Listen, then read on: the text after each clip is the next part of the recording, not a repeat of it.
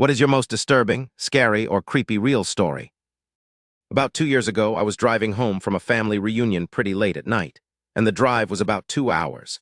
I didn't stay the night because I had to be back for work the following day. Most of the drive was on roads with dense bushes and trees on either side, the real creepy ones you see a lot in movies.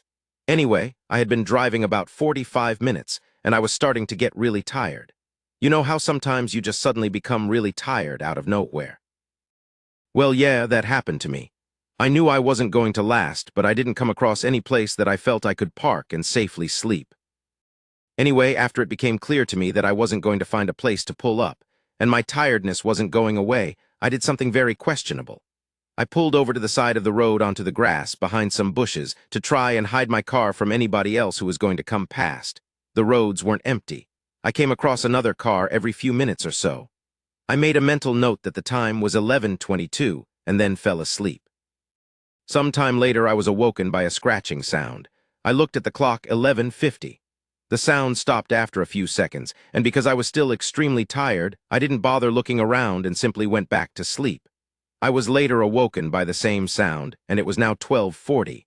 This time it really freaked me out because the sound didn't stop.